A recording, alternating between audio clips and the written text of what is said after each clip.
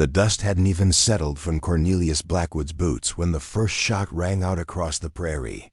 300 yards away, a tin can exploded into fragments, followed by another, then another, each one placed impossibly far from the last.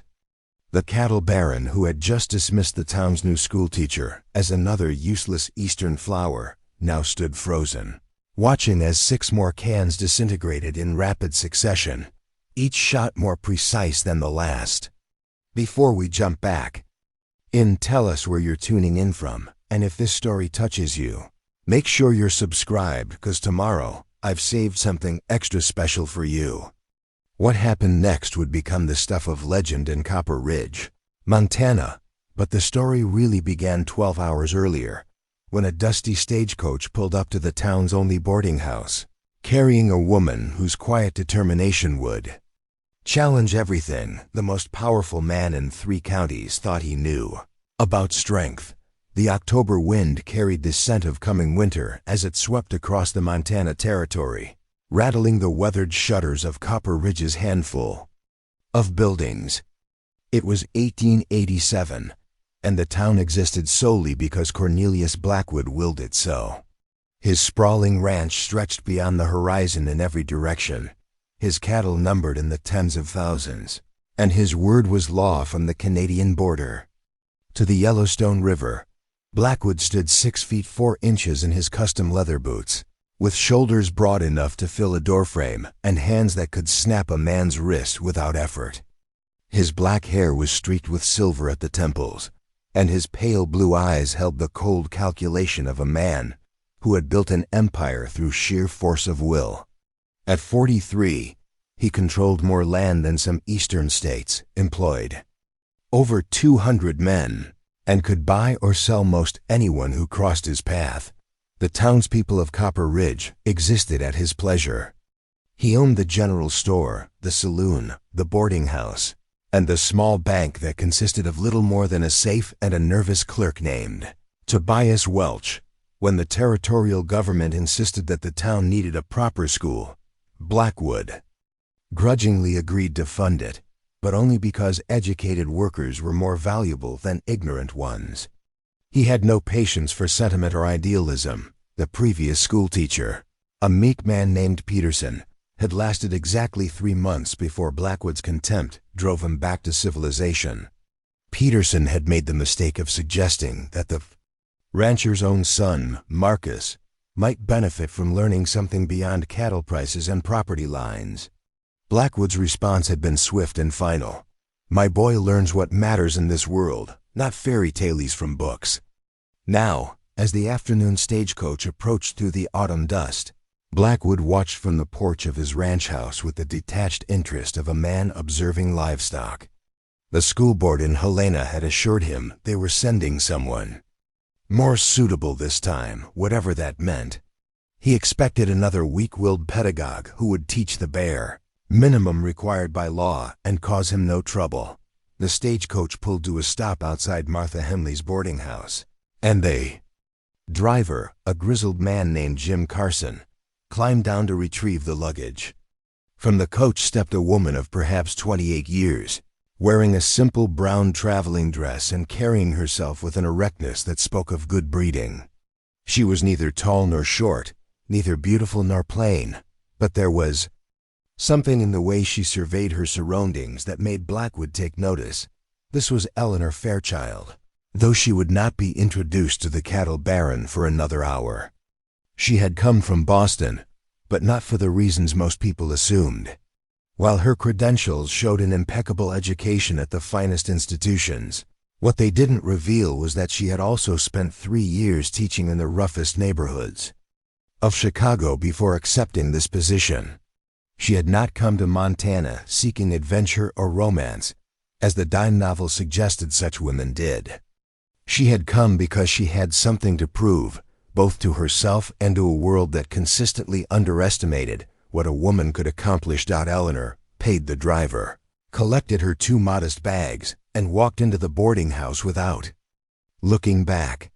Martha Henley, a stout woman with kind eyes, greeted her warmly and showed her to a small but clean room on the 2nd floor.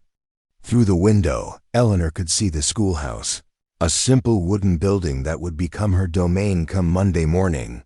What Martha didn't mention, and what Eleanor would discover soon enough, was that the schoolhouse hadn't been used for anything but storage since Peterson's departure 6 months earlier. The desks were covered in dust, the windows were so dirty they barely let in light, and the stove hadn't been cleaned since the previous winter. If Eleanor Fairchild wanted a functioning school, she would have to create it herself, that evening. As the sun painted the mountains crimson, Eleanor walked through the town's single street. Copper Ridge consisted of perhaps 20 buildings, most of them connected to Blackwood's empire in some way. The general store sold supplies to his ranch hands, the saloon served his workers after payday, and the blacksmith shot his horses. Even the small church seemed to exist primarily to serve his employees and their families. She passed the Silver Dollar Saloon, where lamplight spilled from the windows along with the sound of men's voices and the occasional burst of laughter. Through the glass, she could see ranch hands playing cards and drinking whiskey, their faces weathered by sun and wind. They were hard men doing hard work, and she understood that winning their respect would be more challenging than teaching their children. The schoolhouse stood at the far end of town, isolated and forgotten. Eleanor produced a key from her reticule. Martha had given it to her along with a warning about the building's condition, and stepped inside. The smell of disuse and neglect hit her immediately. Dust motes danced in the last rays of sunlight, and she could see that whoever had stored equipment here had shown little care for the building's original purpose. But Eleanor had seen worse. In Chicago, she had taught in basement rooms with no windows and classrooms where the roof leaked every time it rained. This building was sound, and with work, it could become something worthy of the children who would fill it. She rolled up her sleeves and began the plan. The next morning, Eleanor rose before dawn and returned to the schoolhouse with cleaning supplies borrowed from Martha. She worked steadily through the morning, scrubbing windows, sweeping floors, and arranging the scattered desks into proper rows. The physical labor felt good after days of travel, and by noon, she had made visible progress. It was then that Cornelius Blackwood made his first appearance. She heard his horse before she saw him, a large black stallion whose hoofbeats announced its rider's importance. Eleanor looked up from washing windows to see a man dismounting with the fluid grace of someone born to the saddle. Even from a distance, his authority was unmistakable. This had to be the famous cattle baron she had heard about in Helena. Blackwood tied his horse to the hitching post and walked toward the schoolhouse, with the measured stride of a man accustomed to owning everything he surveyed. He was impressive, Eleanor admitted to herself, but she had dealt with powerful men before. In Boston, she had tutored the children of railroad magnates and shipping tycoons. Wealth and authority didn't intimidate her. "You must be the new teacher," Blackwood said as he approached. His voice was deep and carried the authority of a man who expected to be obeyed without question. "I am Eleanor Fairchild," she replied, setting down her cleaning cloth and facing him directly. "And you must be Mr. Blackwood." He nodded curtly, his pale eyes taking in her appearance and the work she had been doing. "I wanted to make a few things clear before you begin," he said without preamble. "This town runs according to my rules, and that includes the school. You'll teach reading, writing, and arithmetic, nothing more. No fancy Eastern ideas about art or music or philosophy. These children need practical education, not nonsense that will fill their heads with unrealistic expectations." Eleanor felt a familiar stirring of anger, but her expression remained calm. "I believe children benefit from a well-rounded education. Mr. Blackwood, literature and history help develop critical thinking skills that serve them well in any endeavor." Blackwood's laugh was short and harsh. "Critical thinking?" He shook his head as if he had heard something absurd. "Miss Fairchild, these children will grow up to work with their hands.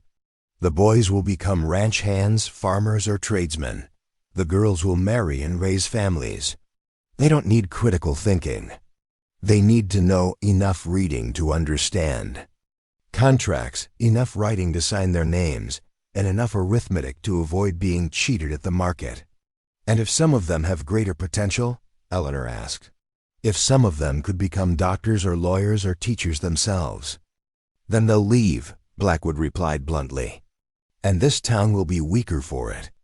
I've seen what happens when young people get ideas above their station. They abandon the communities that raised them and chase dreams that usually end in disappointment. Better to prepare them for the lives they're actually going to live. Eleanor had heard this argument before, and it never failed to appall her. With respect, Mr. Blackwood, I believe you underestimate both your community and its children. Given the opportunity, young people often exceed our expectations. Blackwood's eyes narrowed slightly, and Eleanor sensed she was approaching dangerous ground. But she had not come to Montana to be another Peterson, meekly accepting limitations imposed by others.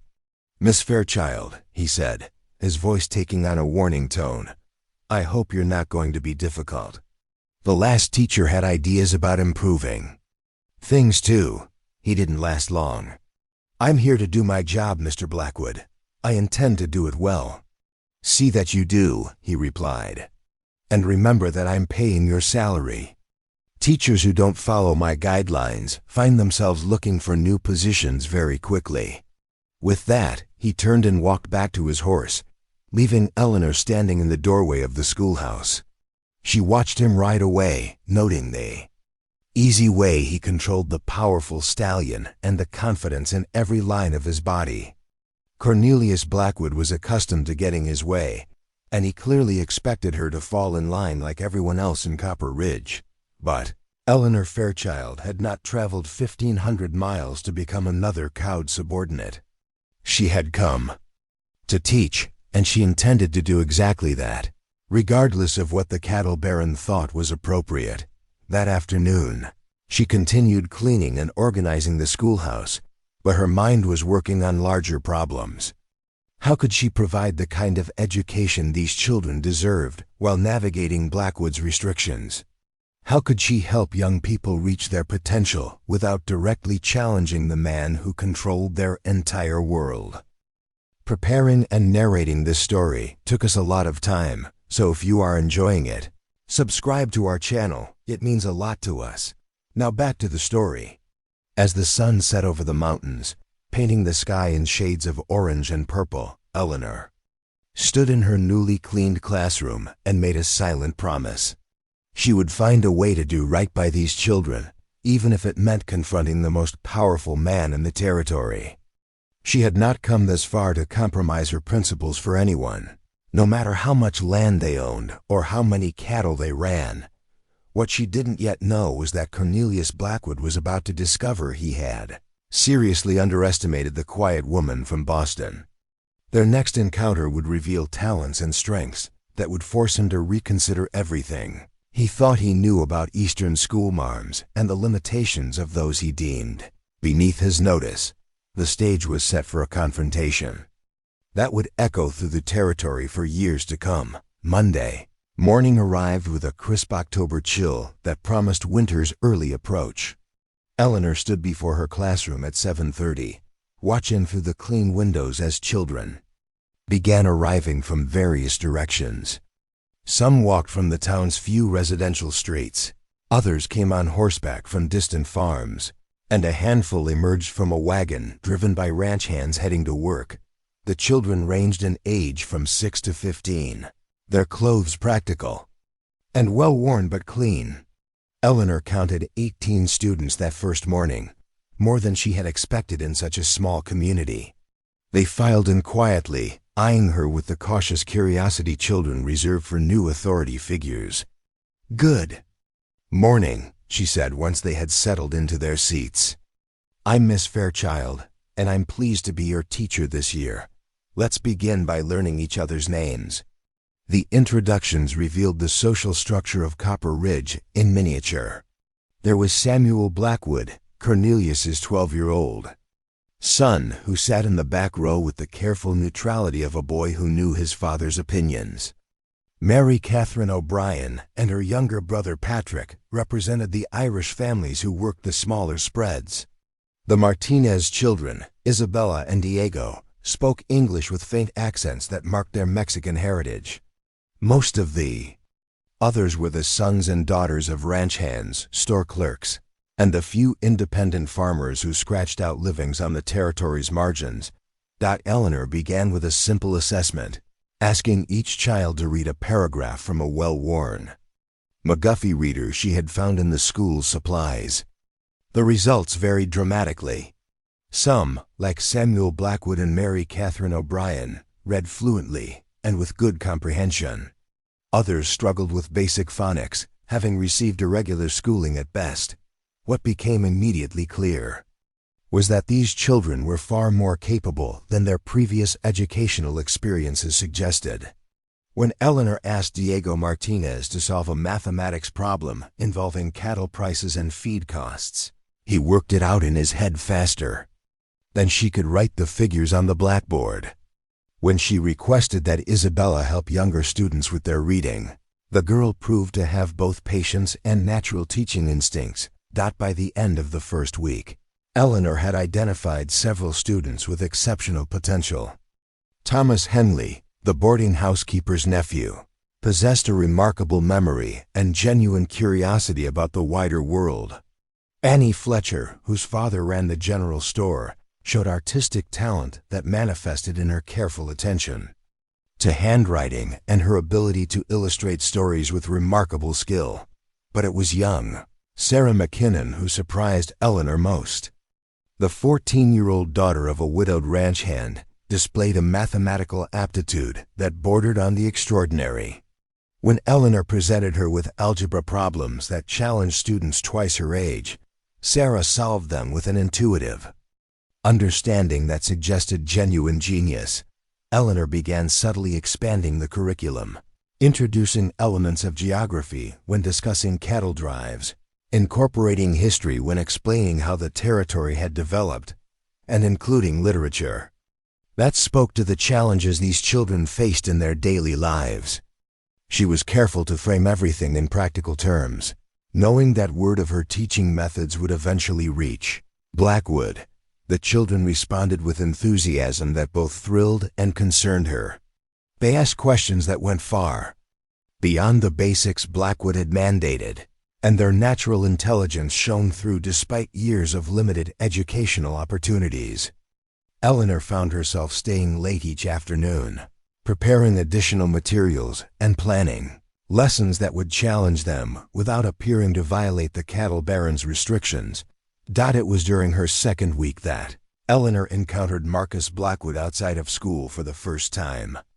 She was purchasing supplies at Fletcher's general store when the boy entered with two of his father's ranch hands. Marcus was tall for his age, with his father's pale eyes and dark hair, but there was something tentative about him that distinguished him from the man who cast such a long shadow over the territory. "Good afternoon, Marcus," Eleanor said as he approached the counter. The ranch hands immediately tensed, and Eleanor realized they had been instructed to monitor the boy's interactions. Marcus glanced at them nervously before responding. "Afternoon, Miss Fairchild," he said formally. "Father wanted me to remind you about keeping lessons practical." Eleanor studied the boy's face and saw something there that surprised her, a flash of embarrassment, as if he were delivering a message he didn't believe in. "Of course," she replied calmly. "Mathematics, reading and writing, nothing impractical." Marcus nodded, but as he turned to leave, he paused. "Miss Fairchild? That story you read yesterday about the Roman general, was that real?" One of the ranch hands stepped forward. "Marcus, your father said—" "It's all right," Eleanor interrupted smoothly. "History is quite practical, isn't it? Understanding how civilizations managed resources and overcame challenges? Very relevant to managing large enterprises." The ranch hand looked uncertain, but Marcus's eyes lit up with understanding. "Yes, ma'am, resource management." After they left, Eleanor stood in the general store, realizing that her situation was more complex than she had initially understood. Cornelius Blackwood wasn't simply a man who preferred practical education. He was actively monitoring her teaching through his son and his employees. Any deviation from his prescribed curriculum would be reported back to him immediately. That evening, Eleanor sat in her small room above the boarding house, planning her next moves carefully. She had taught in difficult circumstances before, but never under such direct surveillance. In Chicago, the challenges had been poverty and overcrowding. Here, the challenge was a single man's determination to limit his community's potential. She thought about the children she was teaching and the futures they might have with proper education. Thomas Henley had the intellect to become a teacher, or even a lawyer.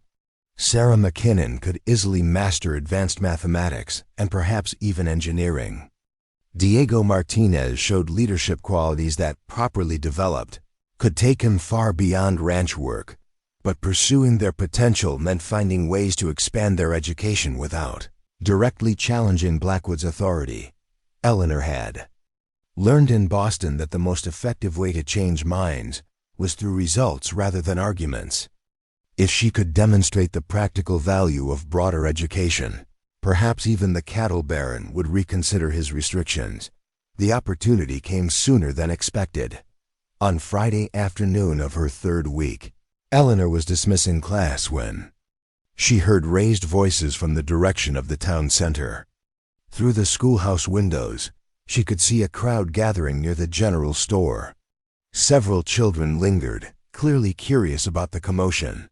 "Miss Fairchild," Sarah McKinnon said, "that sounds like Mr. Patterson arguing with someone." Eleanor knew Patterson as a small-scale rancher who struggled to compete with Blackwood's empire. She gathered her things quickly and walked toward town with several of the older students. Concerned that the situation might escalate, the crowd had gathered around Patterson and a well-dressed stranger who carried himself with the confidence of someone accustomed to authority. Patterson's face was red with anger and frustration. "I'm telling you, the calculations are wrong," Patterson was saying. "I've run those numbers a dozen times. You're trying to cheat me out of half my land." The stranger, who Eleanor learned was a territorial surveyor named Garrison, smiled condescendingly. "Mr. Patterson, I understand mathematics might be challenging for someone of your background, but these are official territorial measurements. Perhaps you should have someone more qualified review the figures." Eleanor felt anger rise in her chest at the man's dismissive tone, but before she could intervene, a clear voice spoke from beside her. "Actually, sir, Mr. Patterson is correct." Everyone turned to stare at Sarah McKinnon, who stepped forward with calm confidence. "I've been listening to your figures, and your acre calculations are wrong. You're using 4,840 square yards per acre instead of 4,840 square feet. That's a 9-fold error." Garrison's face flushed. "Young lady, this is adult business." "She's right," Thomas Henley interrupted, pulling out a piece of paper and pencil. "Look, if we work through the calculation properly." Within minutes, the two teenagers had demonstrated the surveyor's error with mathematical precision that left no room for argument. The crowd murmured in amazement as they watched children solving problems that had stumped the adults. Garrison, thoroughly embarrassed, gathered his papers and retreated to his horse without another word. Patterson shook the children's hands, with tears in his eyes, thanking them for saving his ranch. But Eleanor noticed someone else in the crowd who had watched the entire exchange in silence. Cornelius Blackwood stood near his horse, his pale eyes moving between the departing surveyor and the students who had exposed the man's incompetence. As the crowd dispersed, Blackwood approached Eleanor. "Interesting display, Miss Fairchild." "The children have been studying practical mathematics," she replied carefully. "Land measurement, prices, calculations relevant to their daily lives."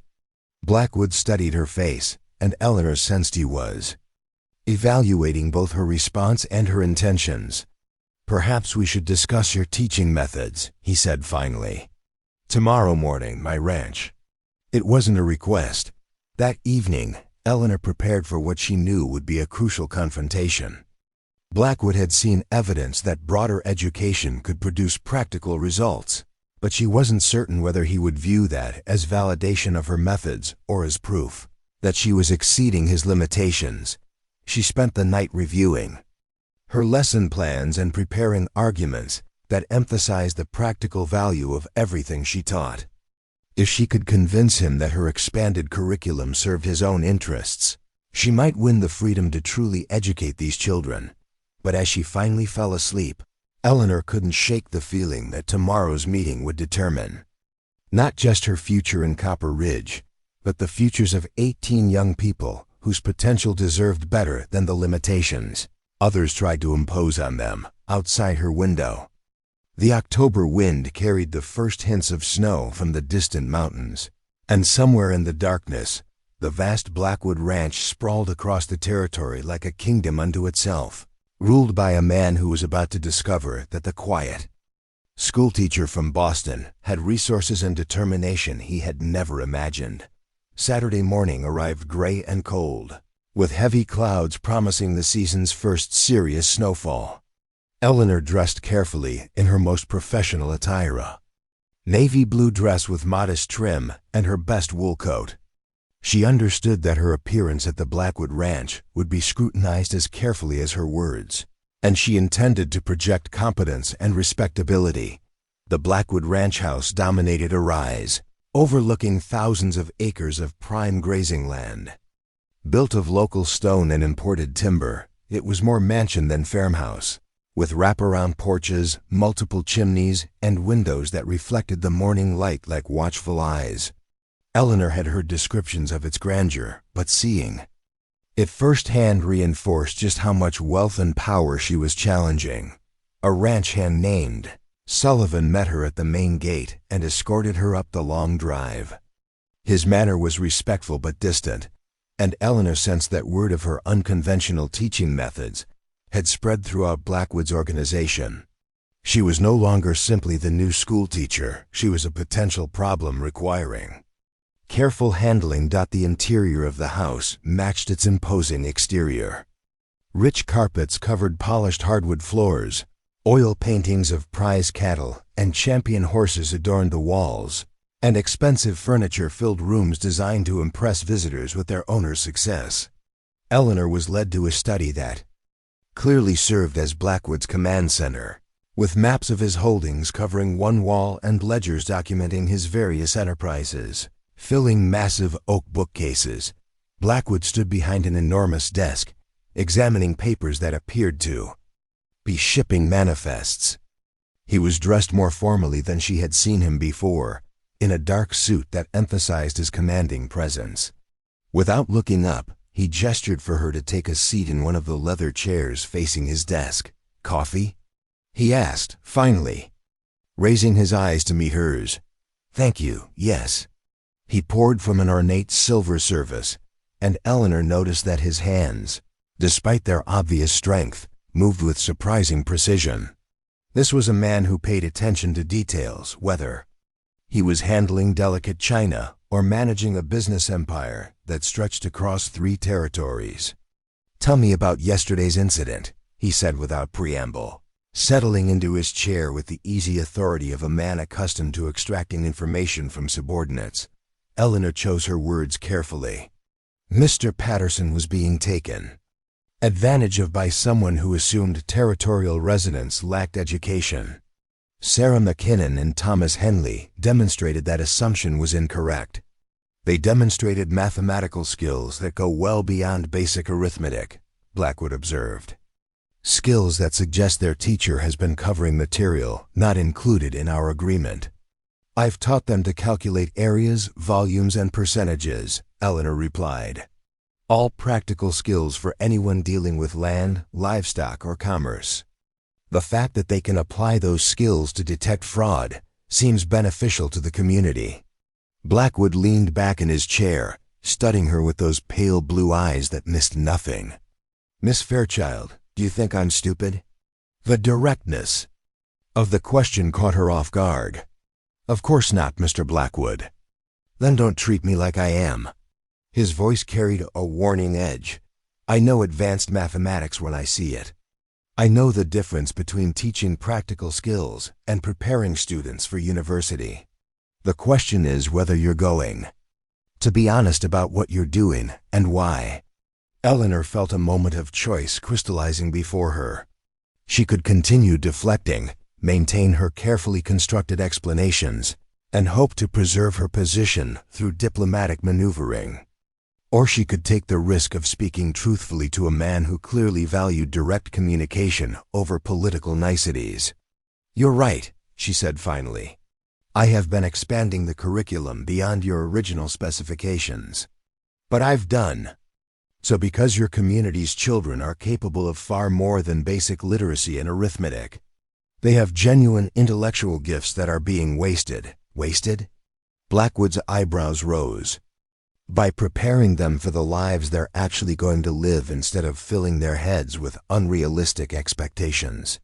By limiting their potential based on assumptions about what those lives have to be," Eleanor countered, feeling her professional passion override her caution. "Sarah McKinnon has mathematical abilities I've rarely seen in students twice her age. Thomas Henley could excel in law or medicine. Diego Martinez has leadership qualities that could benefit any enterprise he chose to pursue.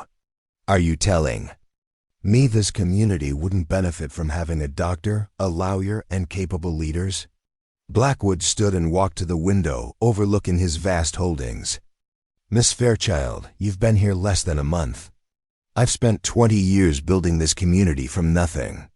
When I arrived, there were 6 families scraping out subsistence livings from land that barely supported them. Now there are over 300 people here with steady employment, decent housing, and security their grandparents never dreamed of." He turned back to face her. "That didn't happen because I encouraged everyone to chase dreams of becoming doctors and lawyers. It happened because I provided opportunities for people to succeed at work that actually needed doing. Ranch hands, store clerks, blacksmiths, farmers, these are honorable professions that support families and build communities.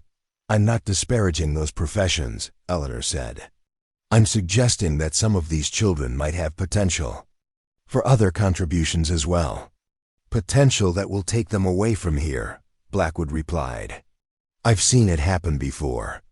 Bright young people get educated above their circumstances, then abandon the communities that invested in them. They head for cities, chasing opportunities that may or may not exist, leaving behind families and responsibilities." Eleanor sensed genuine pain beneath his pragmatic arguments. "Has that happened to you personally?" Blackwood's jaw tightened. "My younger brother received the finest education money could buy, Harvard, then law school in Philadelphia. He was going to return and help me expand the business, bring legal expertise and financial sophistication to our operations. What happened? He decided Montana was beneath him. Last I heard, he was struggling to make ends meet as a junior clerk in a Boston law firm, too proud to come home and too educated to be satisfied with the opportunities available to someone without connections in the East." Eleanor began to understand the personal history driving Blackwood's educational philosophy. "I'm sorry. That must have been difficult for your family. It taught me that sometimes the kindest thing you can do for young people is help them appreciate the opportunities right in front of them, rather than encouraging them to chase fantasies that lead to disappointment."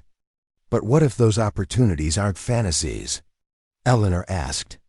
"What if Sarah McKinnon really could become an engineer, or Thomas Henley could establish a successful legal practice here in the territory?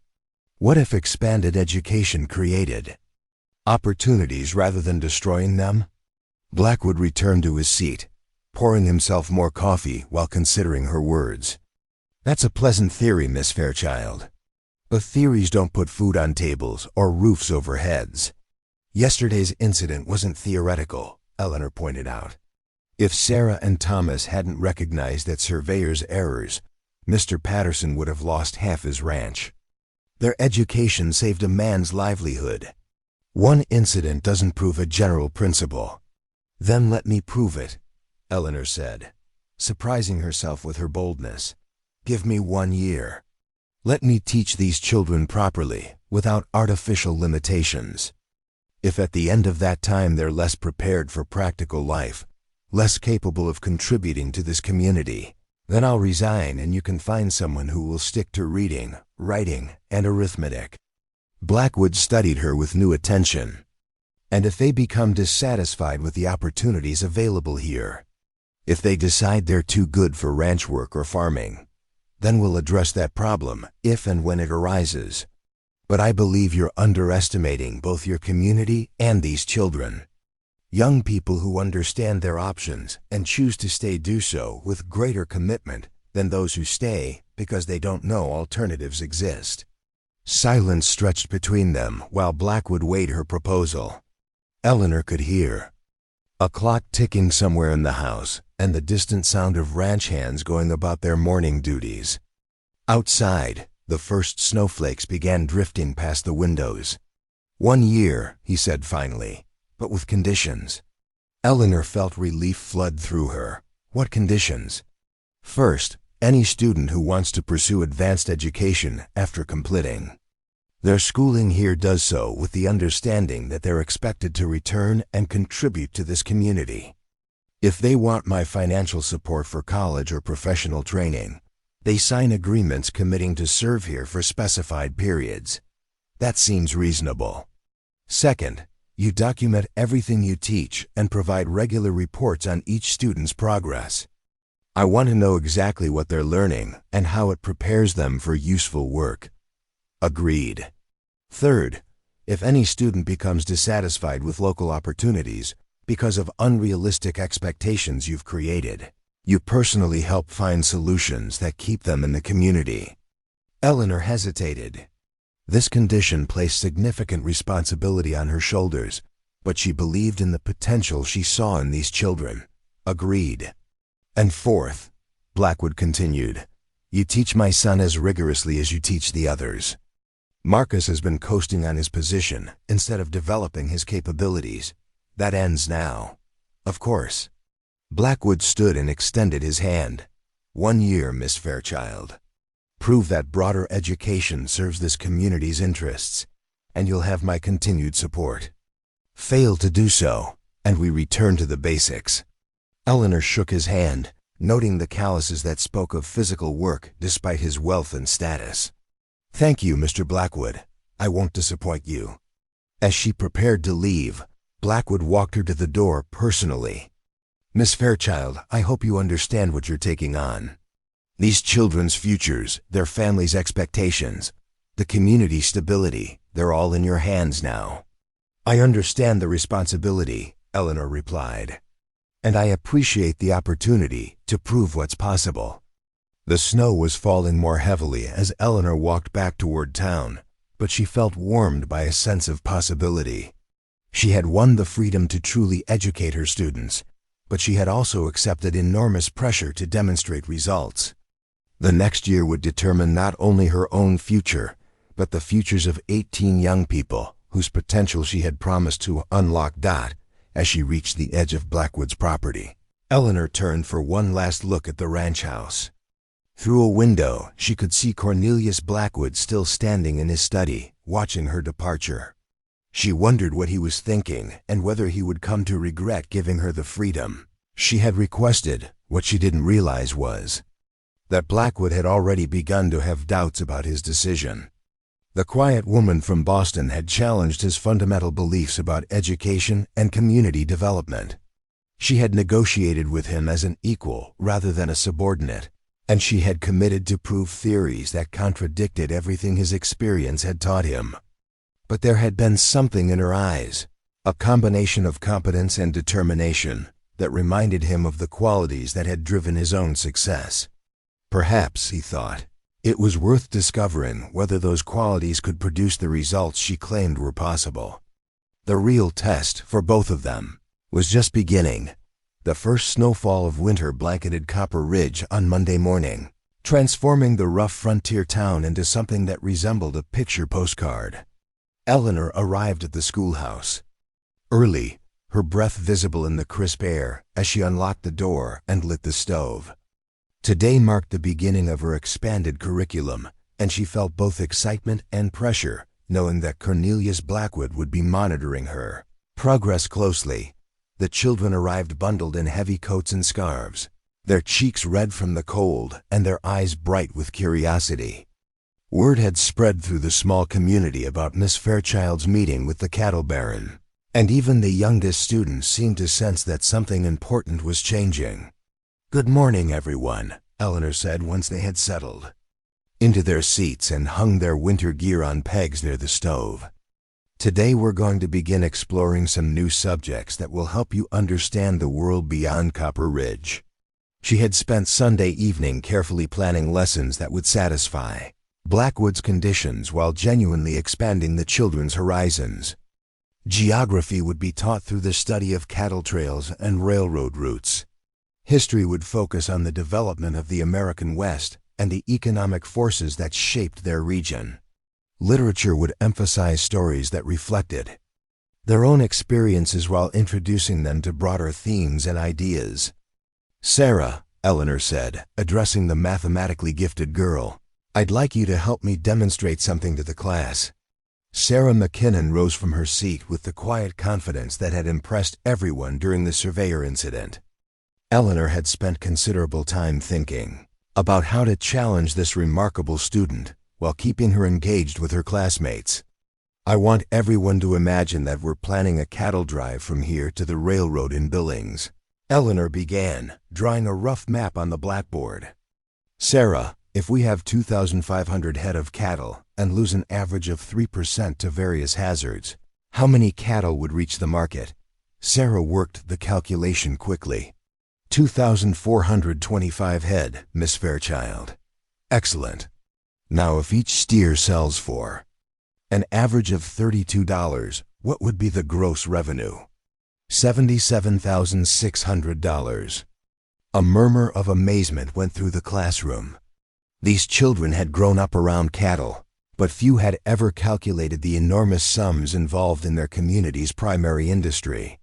"Thomas," Eleanor continued, turning to the boy with the sharp memory, "what would you need to know to calculate the profit from such a drive?" Thomas Henley considered the question seriously. "You'd need to know the costs, Miss Fairchild. Feed, wages for the cowboys, equipment, maybe fees for crossing private land." "Exactly right. And that's where we need to understand economics, geography, and even some history. Who can tell me why the railroad doesn't come closer to our cattle ranches?" Marcus Blackwood raised his hand tentatively. Eleanor had been watching Cornelius's son carefully, looking for signs of the potential his father wanted her to develop. "Yes, Marcus?" "The mountains, ma'am. And maybe the cost of building through rough country?" "Very good thinking. Geography absolutely affects economic decisions. But there's also politics involved, and history. The railroad companies had to negotiate with territorial governments, deal with conflicts between settlers and native tribes, and compete with each other for the most profitable routes." Eleanor spent the next hour weaving together mathematics, geography, history, and economics in ways that illuminated the complex forces shaping their daily lives. She watched the children's faces as understanding dawned, seeing connections they had never made before between their isolated community and the wider world. During the lunch break, several older students approached her with questions that went far beyond anything they had asked during her first weeks. "Miss Fairchild," Isabella Martinez asked, "if someone wanted to start their own business here, how would they figure out if it could make money?" "That's an excellent question, Isabella. What kind of business were you thinking about?" The girl blushed slightly. "My mother is very good at sewing. People are always asking her to make things, but she never charges enough. I was wondering if there might be a way to turn her skill into real income." Eleanor felt a thrill of recognition. This was exactly the kind of practical application of education that could benefit the community while developing the students' analytical abilities. That's precisely the kind of problem we can solve with the skills you're learning, she said. We'd need to calculate costs for materials and time, research what similar services charge in other communities, and estimate local demand. Would you like to work on that as a special project? Isabella's eyes lit up. Yes, ma'am, very much. Similar conversations followed throughout the week. Diego Martinez asked about the principles behind effective leadership after Eleanor discussed how railroad companies organized massive construction projects. Annie Fletcher wanted to understand how banks worked after learning about the financial systems that made cattle drives possible. Even quiet students who had rarely spoken during Eleanor's first weeks began asking questions that demonstrated genuine intellectual curiosity. But it was Marcus Blackwood's transformation that proved most dramatic. Away from his father's immediate oversight, the boy revealed intelligence and creativity that had been suppressed by years of narrow expectations. When Eleanor assigned an essay about local history, Marcus produced a thoughtful analysis of how the cattle industry had affected relationships between settlers and Native American tribes. His writing showed both analytical skill and genuine empathy for perspectives different from his own. Marcus, Eleanor said after class on Friday, I'd like you to read this essay to your father. I think he'd be interested in your insights. The boy looked uncertain.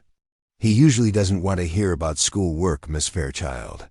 He says what matters is what I learn working with the cattle. This essay is about the cattle industry, Eleanor pointed out. And it shows the kind of thinking that could help someone manage complex business relationships.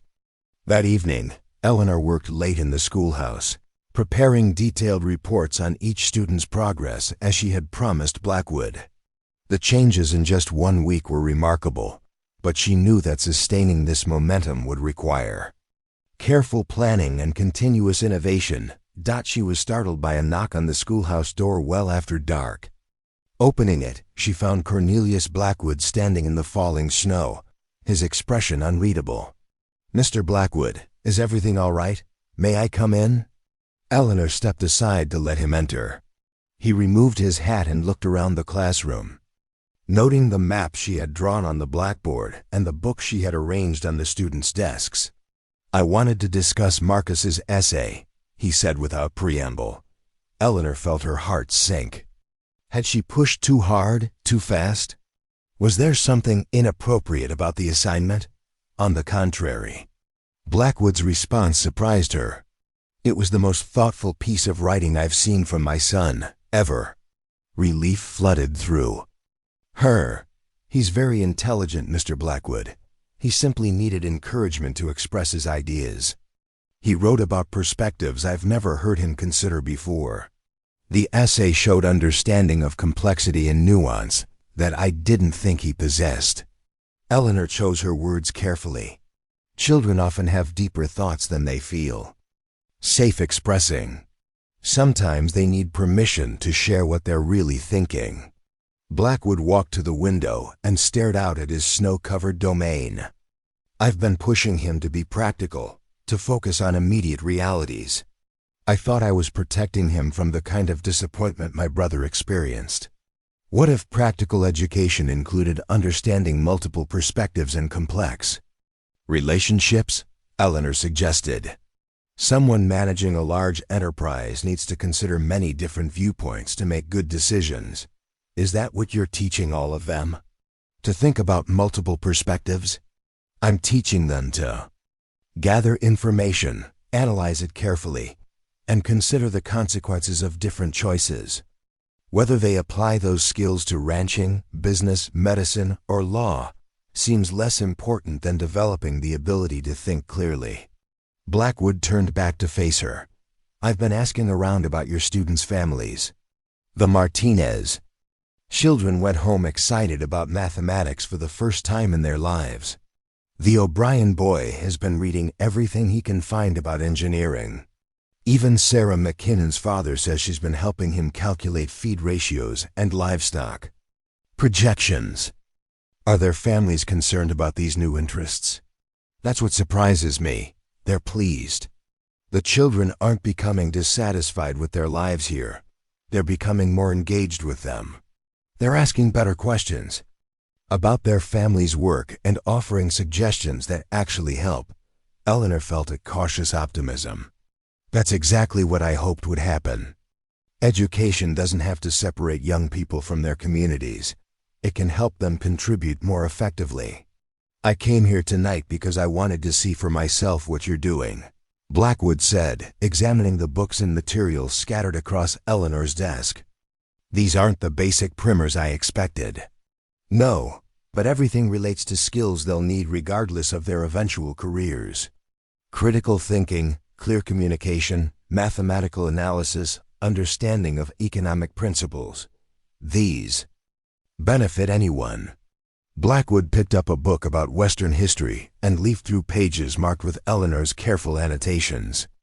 You're taking considerable risk, Miss Fairchild. If this experiment fails, you'll have raised expectations you can't fulfill. I'd rather risk disappointing some expectations than guarantee that potential goes undeveloped, Eleanor replied. These children deserve the chance to discover what they're capable of achieving, even if what they're capable of achieving takes them away from here. Eleanor had been dreading this question, knowing it cut to the heart of Blackwood's deepest concerns. Mr. Blackwood, in my experience, young people who understand their choices and make them freely are far more likely to be satisfied with their decisions than those who feel trapped by circumstances. If some of these students choose to leave Copper Ridge, they'll do so with skills and knowledge that reflect well on this community. And if they choose to stay, they'll do so with the confidence that comes from knowing they had other options. Blackwood was quiet for a long moment, considering her words. Finally, he set down the history book and moved toward the door. Continue what you're doing, Miss Fairchild, but document everything carefully. I want detailed records of how each student progresses in what they choose to do with their education. After he left, Eleanor sat alone in the schoolhouse, listening to the wind rattling the windows and feeling the weight of the responsibility she had accepted. She was changing these children's lives in ways that couldn't be undone, expanding their understanding of what was possible and their sense of their own capabilities. The question that kept her awake that night was whether she could deliver on the promises she was making. Could she really prepare these students for broader opportunities while keeping them connected to their community? Could she prove to Cornelius Blackwood that education was an investment in Copper Ridge's future rather than a threat to its stability? Outside, the snow continued falling, covering the frontier town in pristine white that made everything look clean and full of possibility. Eleanor fell asleep at her desk, surrounded by lesson plans and student papers, dreaming of futures that were just beginning to take shape in the minds of 18 remarkable young people who were discovering they were capable of far more than anyone had ever told them.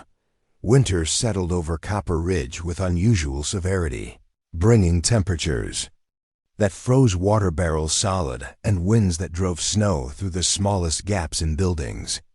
The harsh weather created unexpected opportunities for Eleanor's teaching, as students who might normally help with outdoor chores found themselves spending more time in the heated schoolhouse. It was during these long winter days that Eleanor began to notice something unusual about her own routine. Each morning before dawn, she would slip out of the boarding house and walk to the edge of town, where a small grove of cottonwood trees provided shelter from the wind.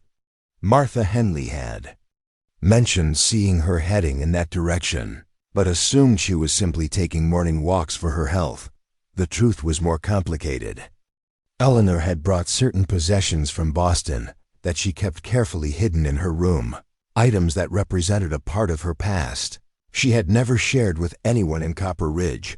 Among these was a leather case containing a Sharps rifle that had belonged to her father, along with cleaning supplies and a small collection of ammunition.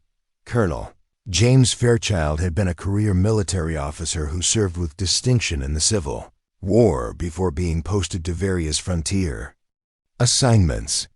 He had taught his only daughter to shoot not as a novelty or entertainment, but as a practical skill that might someday save her life. Eleanor had proven to have exceptional natural ability with firearms, developing accuracy that impressed even experienced soldiers at the posts where her father was stationed. After his death, 3 years earlier, Eleanor had kept the rifle more for sentimental reasons than practical ones. But something about the vastness and unpredictability of Montana Territory had awakened her desire to maintain skills that civilization had made her forget. Each morning in the Cottonwood Grove, she practiced with targets she set up among the trees, using snow-muffled shots that were unlikely to attract attention from the sleeping town. What she didn't realize was that her early morning activities had not gone entirely unnoticed. Jake Morrison, one of Blackwood's most experienced ranch hands, often rode the boundary of the property before dawn, checking for signs of predators or rustlers.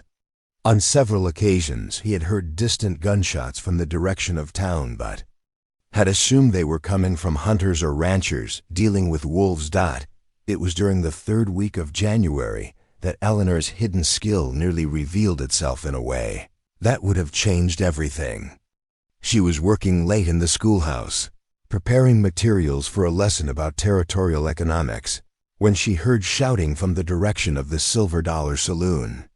Through the window, she could see men running toward the edge of town, several carrying lanterns that cast dancing shadows in the snow. Eleanor gathered her coat and followed, concerned that someone might be injured or in danger. She found a crowd gathered around Patterson, the small rancher whose land had been saved by her student's mathematical intervention. He was breathing heavily and appeared to be in a state of considerable agitation. "They took everything," he was saying to anyone who would listen. "Came right up to the house like they owned the place. 3 of them, armed and mean as rattlesnakes." Tom Fletcher, who ran the general store, asked what everyone was thinking. "Did you recognize any of them, Patterson?" "Never seen them before. Strangers, probably drifters heading south for the winter. They knew exactly what they were looking for. Took my strongbox with the money I'd saved for spring seed, plus my father's watch and my wife's jewelry." Eleanor felt anger rise in her chest. Patterson was one of the few independent ranchers in the area, working hard to build something for his family despite limited resources. The theft would devastate him financially and might force him to sell his land to Blackwood at whatever price the cattle baron chose to offer. "Which direction did they head?" asked Deputy Marshal Wilson, a nervous man who served as the territory's only law enforcement within 50 miles. "South toward the river," Patterson replied. "But they've got at least 2 hours head start, and this snow will cover their tracks by morning." Wilson looked uncomfortable. "Mr. Patterson, I'll file a report and send word to the territorial authorities. But with this weather and the time they've had ... His meaning was clear. The thieves would escape, and Patterson would never recover his losses. Eleanor was walking back toward the boarding house when she heard familiar hoofbeats approaching. Cornelius Blackwood emerged from the darkness, having ridden hard from his ranch house after receiving word of the robbery. "How much did they take?" he asked without preamble. "About $400 in cash," Patterson replied miserably, "plus items that belonged to my family." Eleanor saw something flicker across Blackwood's face, an expression that suggested he was calculating whether Patterson's losses would force the man to accept an offer for his land. It was a look that reminded her why so many people in the territory viewed the cattle baron with a mixture of respect and wariness. "Mr. Patterson," Blackwood said finally, "I can advance you enough to cover your immediate needs. We'll work out terms that won't strain your operation." It was a generous offer, but Eleanor noticed that it would also create a debt that would give Blackwood significant leverage over Patterson's future decisions. She was beginning to understand how the cattle baron had accumulated so much control over the territory, not just through force or intimidation, but through carefully timed assistance that created lasting obligations. The crowd began to disperse. with most people accepting that nothing could be done until morning. Eleanor was among the last to leave, but as she walked toward her lodgings, she found herself thinking about the thieves' 2-hour head start and the snow that would soon erase all evidence of their passage. Back in her room, Eleanor sat by the window, looking out at the falling snow and thinking about justice and practical possibilities. She had the skills to track and confront the thieves, but using those skills would reveal abilities that would fundamentally change how everyone in Copper Ridge viewed her. The quiet schoolteacher from Boston would be exposed as someone with capabilities that few women possessed. But Patterson didn't deserve to lose everything because 3 strangers thought frontier communities were easy targets. And if she was asking her students to take risks and push beyond conventional limitations, perhaps it was time for her to do the same. Eleanor made her decision with the same methodical consideration she brought to lesson planning. She dressed warmly, gathered her rifle and a small pack of supplies, and slipped out of the boarding house while the town slept. The thieves had a significant head start, but they would be traveling slowly in the snow and probably wouldn't expect pursuit. Until morning, the tracks were still visible despite the continuing snowfall, leading south toward the river as Patterson had indicated. Eleanor followed them through the darkness, using skills her father had taught her during their years at remote military posts. The thieves had made no effort to conceal their route, confirming her suspicion that they viewed the local population as incapable of effective pursuit. She found them 3 hours later, camped in a sheltered spot along the riverbank where they had built a small fire and were dividing their stolen goods. 3 men, as Patterson had described, armed but careless. They had posted no guard and were talking loudly enough that she could hear their conversation from 50 yards away. Easy as taking candy from children, one was saying. These frontier farmers never know how to protect what they've got. Should have hit more than one house, another replied. Could have cleaned out half the town before anyone knew what was happening. Eleanor positioned herself behind a fallen log that provided both concealment and a stable shooting platform. At this distance, she could have disabled all 3 men before they could reach their weapons, but she preferred to avoid violence if possible. "Gentlemen," she called out in a clear, carrying voice, "I suggest you return what you've stolen and leave this territory immediately." The effect was instant. Chaos. All 3 men scrambled for their guns while trying to locate the source of the voice. Eleanor waited until one of them pointed his rifle in her general direction, before putting a bullet through the man's gunstock, sending splinters flying and leaving him holding a useless piece of wood. "I said return what you've stolen," she repeated. Calmly, "This is your only warning." The second thief tried to circle around toward her position. Eleanor's next shot removed his hat and convinced him to reconsider his strategy. The third man, apparently the leader, stood with his hands raised but his expression defiant. "You can't watch all of us forever," he called out. "Soon as you show yourself, we'll finish this proper." Eleanor's response was to methodically destroy every piece of equipment within their reach. Their remaining weapons, their coffee pot, their saddlebags, even the boots they had set beside the fire to dry each item disintegrated under precisely placed shots that demonstrated both her accuracy and her ability to maintain it under pressure. "Your horses are hobbled 50 yards downstream," she said finally. "Patterson's money and belongings are in the leather satchel beside your fire. Take your horses and ride south. If I see any of you in this territory again, I won't be shooting. At your equipment." The 3 men gathered their ruined gear and stumbled toward their horses, casting nervous glances back toward Eleanor's position. They had been completely outmaneuvered by someone they couldn't even see, and their confidence had evaporated along with their stolen goods. Eleanor waited until she heard hoofbeats, fading into the distance before emerging from concealment to retrieve Patterson's belongings. The money was all there, along with the family jewelry and the father's watch that had meant more to Patterson than their monetary value. The return journey to Copper Ridge took longer than the pursuit, as Eleanor had to be careful not to leave tracks that would reveal her involvement. She arrived back at the boarding house just before dawn, slipping into her room undetected and securing her rifle in its hiding place. Later that morning, she joined the crowd that had gathered around Patterson's house, where the rancher was excitedly telling anyone who would listen about the miraculous recovery of his stolen property. "Found it all right there on my front porch," he was saying. "Every last thing, neat as you please. Money, jewelry, even my father's watch." "But how?" Martha Henley asked. "Who would have ... "Don't know and don't care," Patterson replied happily. "Someone in this territory looks out for honest folks, and that's enough for me." Eleanor noticed Cornelius Blackwood standing at the edge of the crowd, his pale eyes thoughtful as he listened to Patterson's account.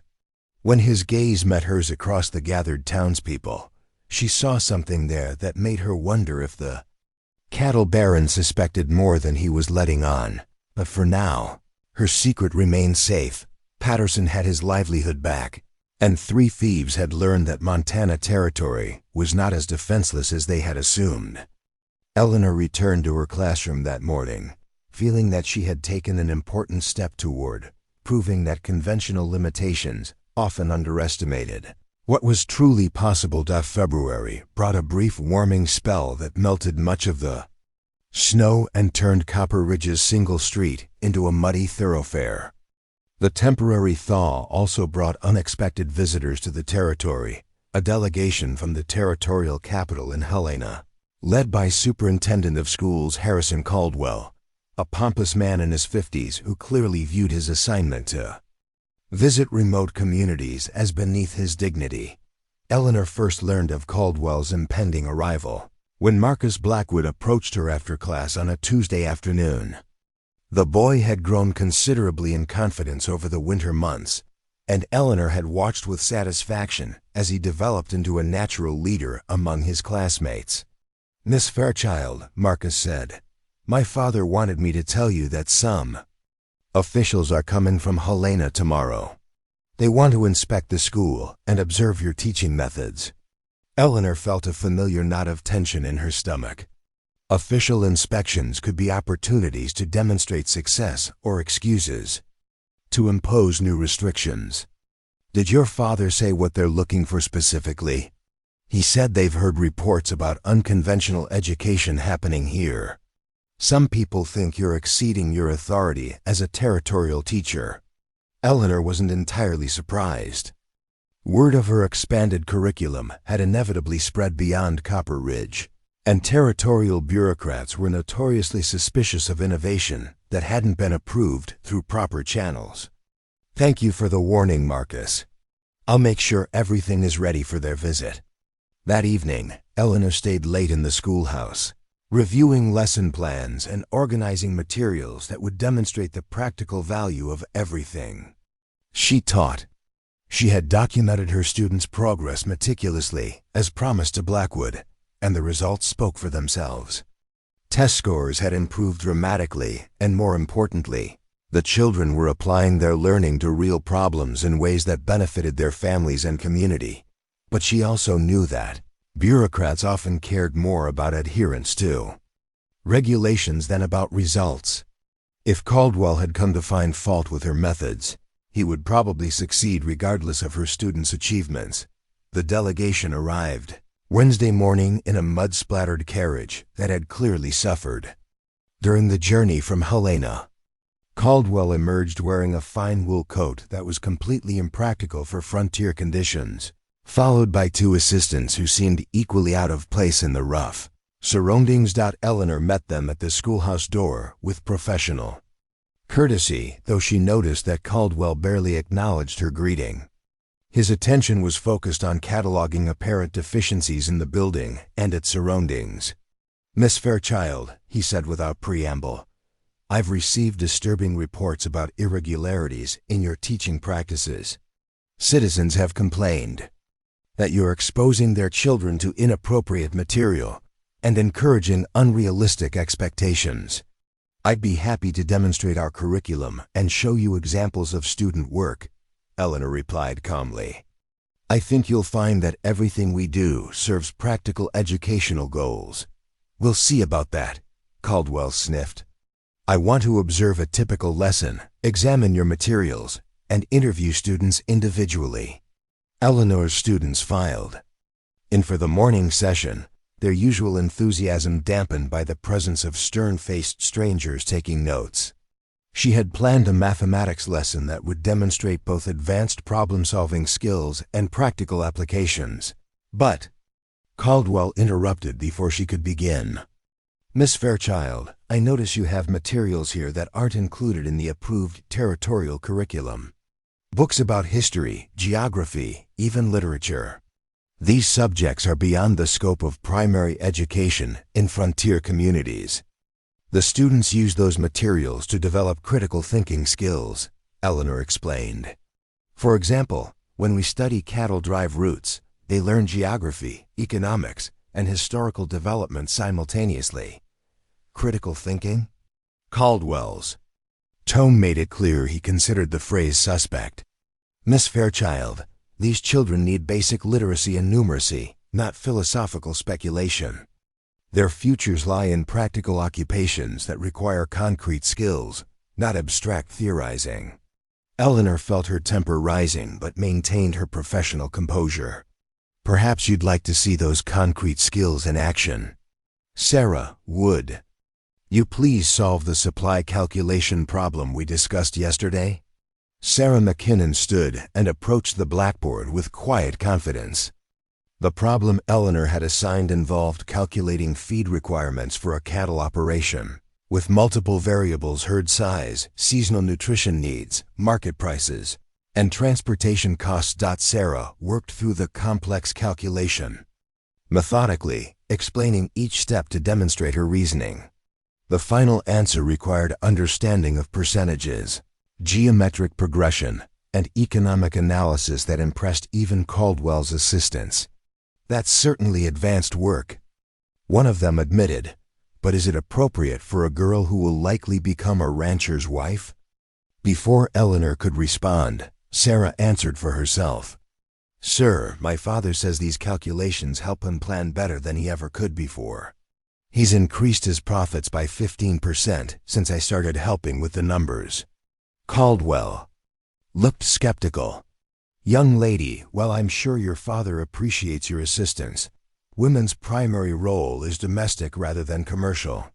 Education should prepare you for household management, not business operations. With respect, sir, Sarah replied with remarkable composure for a 14-year-old. Household management requires exactly the same mathematical skills as business operations. If I understand percentages and cost analysis, I can manage a family, budget more effectively, and make better decisions about purchases and investments. Eleanor felt proud of Sarah's response, but she could see that Caldwell was not impressed by students who argued with authority figures. The superintendent clearly preferred young people who accepted adult pronouncements without question. The morning continued with similar exchanges. When Thomas Henley demonstrated his knowledge of territorial law by explaining property rights and water usage regulations, Caldwell criticized Eleanor for encouraging children to question established legal structures. When Diego Martinez discussed leadership principles he had learned from studying military history, the superintendent worried that such education would make young men dissatisfied with subordinate positions. By noon, it was clear that Caldwell had made up his mind before arriving. He found fault with every innovation Eleanor had introduced, dismissed evidence of student achievement as irrelevant to their future needs, and repeatedly emphasized that territorial teachers were expected to follow prescribed curricula without deviation. Miss Fairchild, he said during the lunch break, I'm prepared to file a report recommending your dismissal for exceeding your authority and exposing students to inappropriate material. Unless, of course, you're willing to return to proper teaching methods immediately. Eleanor felt the weight of everything she had worked to build crashing down around her. Months of progress, students whose lives had been transformed by expanded opportunities, a community that was beginning to benefit from broader education, all of it threatened by a bureaucrat who measured success by conformity rather than results. Superintendent Caldwell, she said carefully, before you make your final decision, I'd like you to meet with some of the parents and community leaders. Let them tell you how this education has affected their families. That won't be necessary, Caldwell replied, dismissively. Parents in frontier communities lack the expertise to evaluate educational quality. My responsibility is to ensure that territorial standards are maintained. It was then that Cornelius Blackwood entered the schoolhouse that the cattle baron filled the doorway with his commanding presence, his pale eyes taking in the scene with the calculating assessment Eleanor had come to know well. He had clearly been monitoring the inspection from a distance, waiting for the right moment to intervene. Superintendent Caldwell, Blackwood said with formal politeness, I'm Cornelius Blackwood. I believe you wanted to discuss the education being provided in my community. Caldwell immediately straightened, recognizing both the name and the wealth it represented. Mr. Blackwood, yes. I've been investigating irregularities in Miss Fairchild's teaching methods. I'm afraid she's been exceeding her authority significantly. I see, Blackwood replied. And what evidence have you found of harm to the students or community? Well, the curriculum deviations are quite clear. I didn't ask about curriculum. Deviations, Blackwood interrupted with quiet authority. I asked about harm. Have test scores declined? Are students less prepared for productive work? Has the community suffered in any measurable way? Caldwell looked flustered. Mr. Blackwood, the issue isn't results, it's proper procedure. Teachers can't simply decide to ignore territorial guidelines.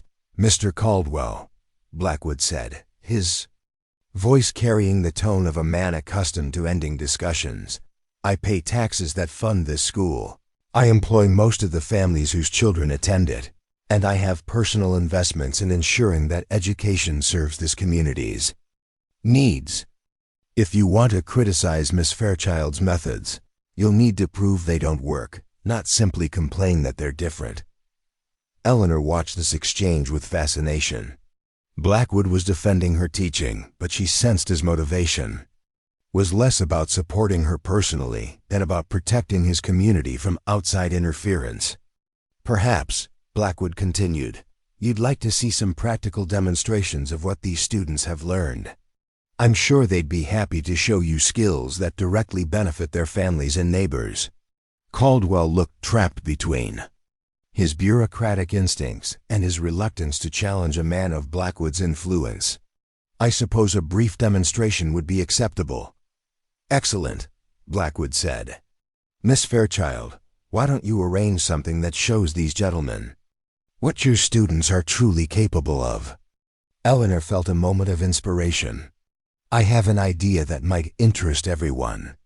There's been talk recently about predators affecting livestock in the area. Perhaps we could demonstrate how education helps address practical problems like that. What she had in mind would reveal far more than anyone expected, but Eleanor sensed that the time for hiding her capabilities was rapidly approaching an end. Caldwell's challenge had forced a moment of decision that would determine not only her future in Copper Ridge, but the futures of all her students. What kind of demonstration? Blackwood asked, his pale eyes studying her with new attention. Practical exercise in problem solving, resource management, and precision, Eleanor replied carefully. The kind of skills that serve people well regardless of their chosen occupation. She was thinking of the rifle hidden in her room and the targets she could set up in the cottonwood grove. A demonstration of marksmanship might seem unrelated to education, but it would certainly capture Caldwell's attention and prove that conventional assumptions about what teachers, especially female teachers, were capable of might need reconsideration.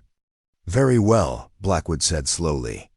I'd be interested to see this demonstration myself. Eleanor nodded, knowing that she was about to reveal the hidden truth that would change everything.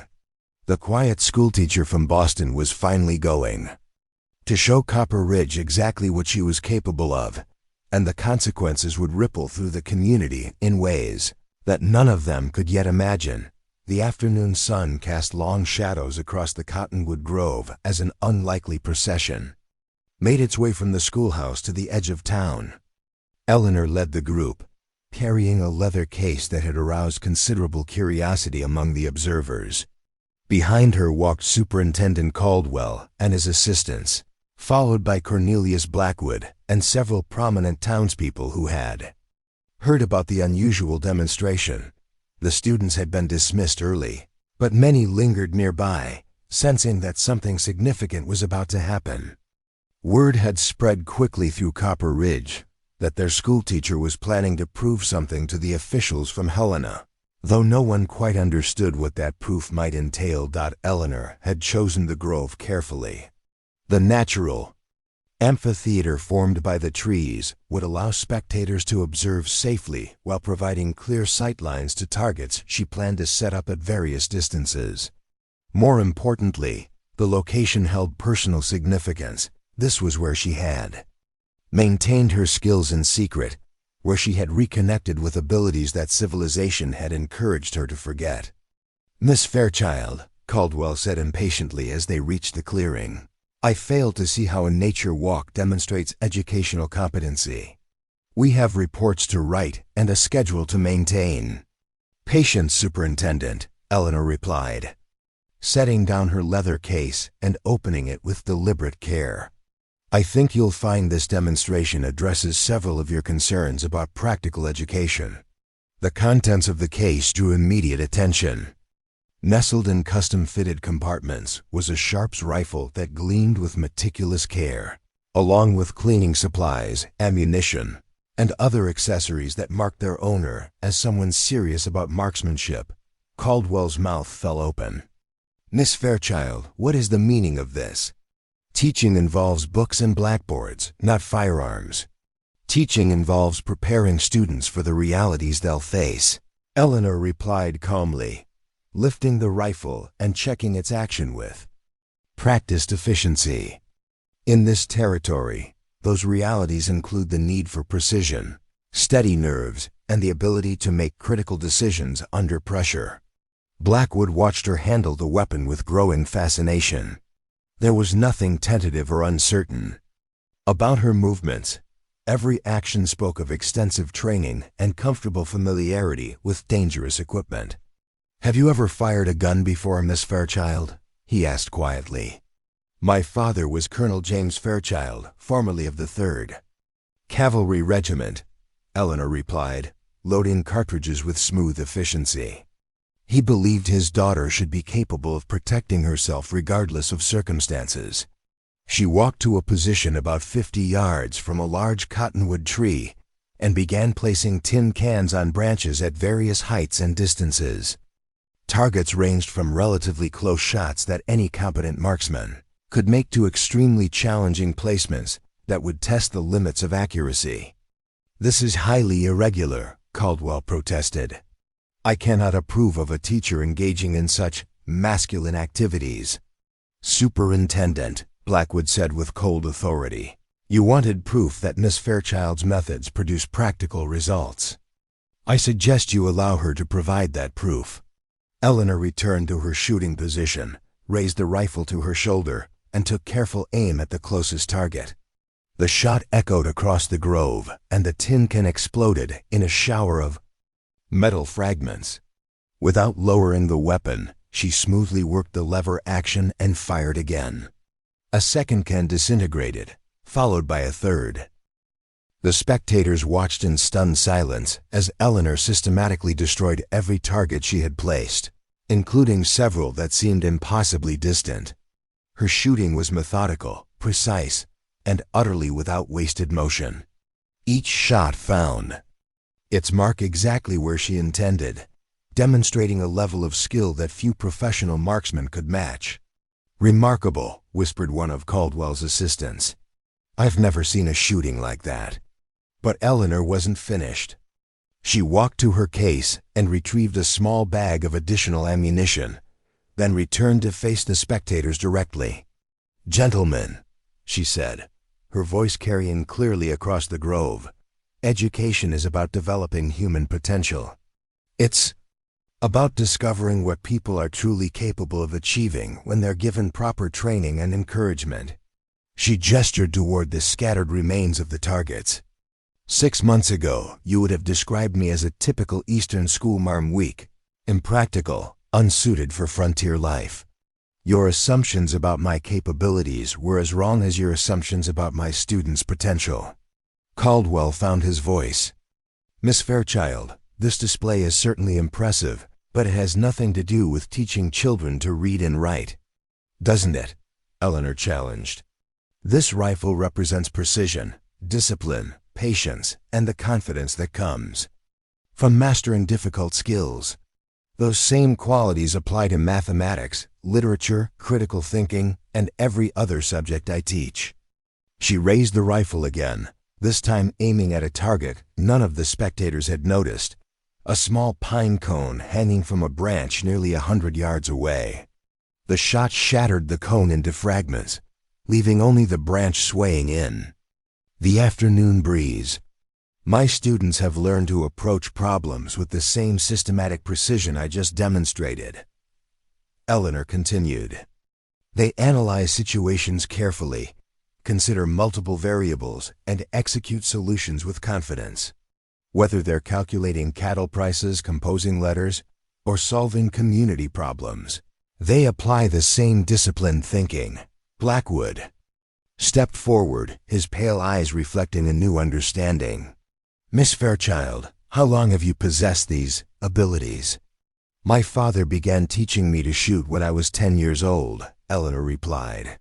By the time I was 16, I could outshoot most of the soldiers at his post. But society doesn't encourage women to develop or display such skills, so I learned to keep them private. Like your teaching methods, Blackwood observed quietly. Exactly like my teaching methods. People fear what they don't understand, and they try to limit what threatens their assumptions about what's possible. Eleanor walked to a position where everyone could see her clearly, the rifle held casually but competently in her hands. Superintendent Caldwell, you came here expecting to find a wayward teacher who needed correction. Instead, you've discovered that your assumptions about teachers, and probably about many other people, were incomplete. Caldwell looked deeply uncomfortable. The quiet woman who had seemed so easily dismissed had revealed capabilities that forced him to reconsider everything he thought he knew about appropriate roles and limitations.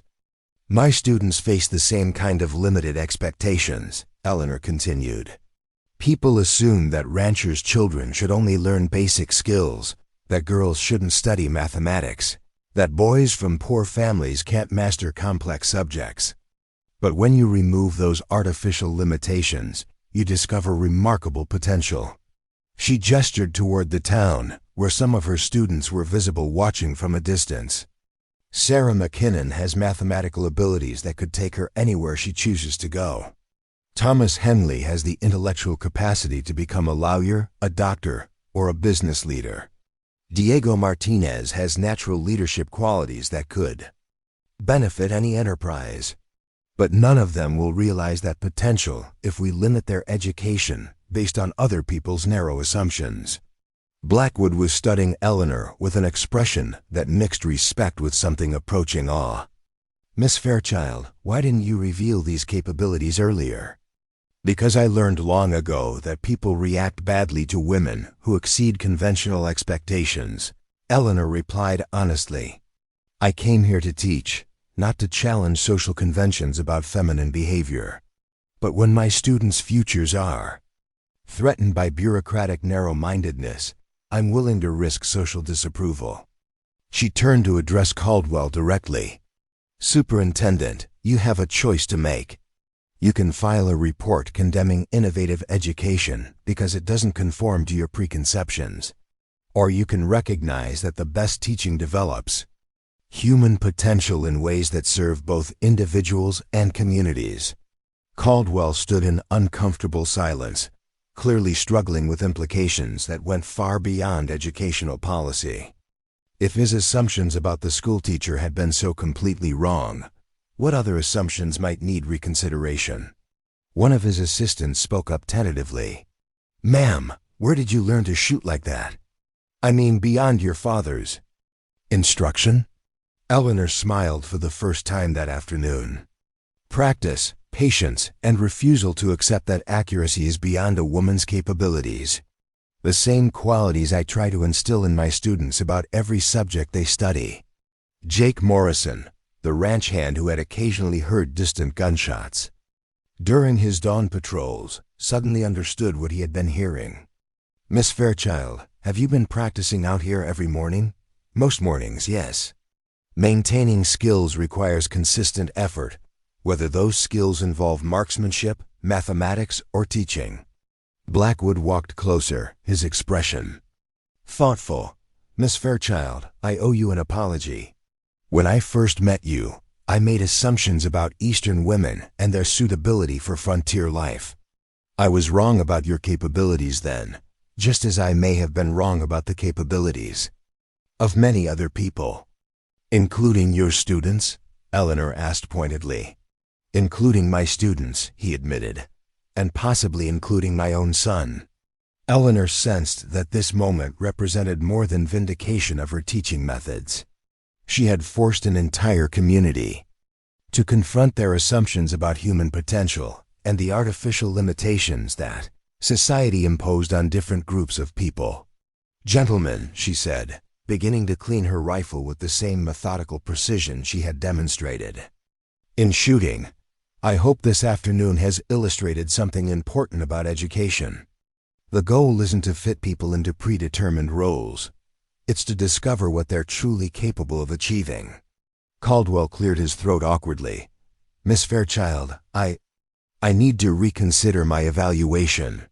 This demonstration has certainly provided a different perspective on your teaching methods. I hope it's provided a different perspective on human potential in general, Eleanor replied. My students deserve the same opportunity to surprise you that I just had.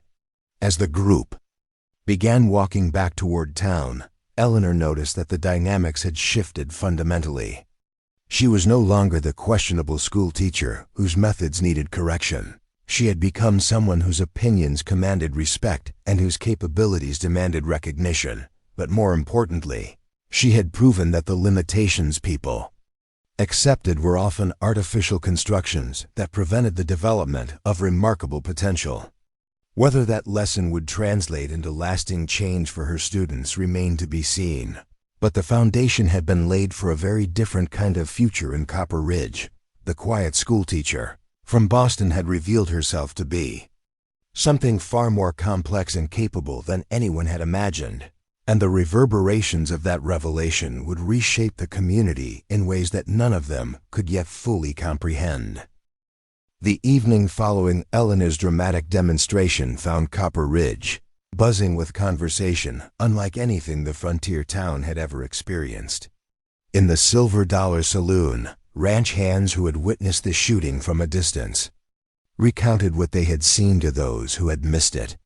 At Fletcher's General Store, women gathered to discuss what it meant that their children's teacher possessed such extraordinary abilities. Even the usually quiet boarding house dining room hummed with animated discussions about the day's revelations. Eleanor sat in her small room, cleaning her rifle one final time before returning it to its case. She could hear voices from the street below, excited, confused, sometimes admiring conversations about what had transpired. For the first time since arriving in Montana territory, she felt that she had shown herself completely honestly, without the careful concealment that had become second nature. A knock at her door interrupted her thoughts. Martha Henley stood in the hallway, her expression mixing curiosity with genuine concern. Eleanor, dear, are you all right? The whole town is talking about what happened this afternoon. I'm fine, Martha. Perhaps better than I've been in months, actually. Martha entered the room and settled into the single chair, her eyes taking in the rifle case and cleaning supplies. I've known you were different from the start, more capable than you let on, but I never imagined anything like today. I hope it doesn't change how you feel about having me as a boarder, Eleanor said, with a slight smile. Change how I feel?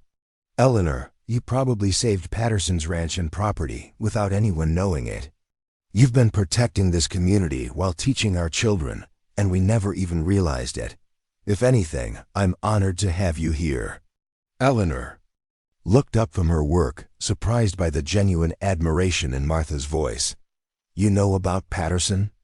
Jake Morrison figured it out after seeing you shoot today. Those thieves didn't just decide to return stolen goods out of conscience. Someone with your kind of skill convinced them it was in their best interests. Eleanor nodded slowly. I couldn't let them destroy a good man's livelihood just because they thought frontier communities were defenseless. That's exactly what I mean, Martha said warmly. You've been watching out for all of us while we thought you were just teaching children their letters. Their conversation was interrupted by another knock, this one more authoritative. Eleanor opened the door to find Cornelius Blackwood standing in the hallway, his hat in his hands and his expression more humble than she had ever seen it. Miss Fairchild, I wondered if I might speak with you privately. Martha rose immediately. I'll leave you two to talk, she said, squeezing Eleanor's hand as she passed. Remember what I said, dear. After Martha left, Blackwood remained standing near the door, his usual commanding presence subdued by obvious discomfort. Mr. Blackwood, please sit down, Eleanor offered, gesturing toward the chair Martha had vacated. Thank you. He settled his large frame into the chair, which seemed barely adequate for a man of his size. Miss Fairchild, I came to apologize. Eleanor had expected many possible conversations, but a straightforward apology from the territory's most powerful man wasn't among them. That's not necessary, Mr. Blackwood. I think it is, he replied seriously. When you first arrived here, I dismissed you as another impractical Eastern woman who would need protecting from frontier realities. I tried to limit your teaching to basic skills because I assumed you couldn't understand the complexities of frontier life. He paused, looking around the small room that Eleanor had made into a comfortable refuge. Today proved that my assumptions were not just wrong, they were insulting. You understand frontier realities better than most men I know, and you've been handling them with remarkable competence while I worried about whether you could manage a classroom. Eleanor considered his words carefully. Mr. Blackwood, I understand why you made those assumptions. Society teaches us to expect certain capabilities from certain types of people. The fault lies with those expectations, not with you for believing them. Perhaps, but I pride myself on judging people by their actions rather than their appearances. With you, I failed to do that. He leaned forward slightly, his pale eyes intense. I want to make amends if possible. What kind of amends? Complete. Freedom to educate these children as you see fit. No restrictions, no oversight, no interference from territorial bureaucrats or anyone else. You've proven that your methods work, and you've earned the right to pursue them without limitation. Eleanor felt a surge of gratitude mixed with caution. And Superintendent Caldwell, will he accept such an arrangement? Blackwood's expression hardened slightly. Caldwell will accept whatever I recommend. His department depends on funding from territorial legislators, and I have considerable influence with those legislators. More importantly, after today's demonstration, he understands that challenging you would be inadvisable. I don't want to be protected by intimidation, Mr. Blackwood. I want to be judged by results. Then we'll ensure that your results speak for themselves. But you'll have the freedom to achieve those results without bureaucratic interference. Eleanor studied the man who had initially seemed like her greatest obstacle, and was now offering to become her strongest ally. What changed your mind? Was it just the shooting demonstration? Blackwood was quiet for a long moment, considering his answer. Partly yes, but also watching how you've handled every challenge since arriving here. You adapted to frontier conditions. Without complaint, earned the respect of people who initially doubted you. and improve the lives of everyone you've encountered. The shooting simply proved that I'd been underestimating your capabilities in ways I hadn't even realized. He stood and walked to the window, looking out at the town he had built. Miss Fairchild, I've spent 20 years creating this community, and I've made every major decision affecting its development.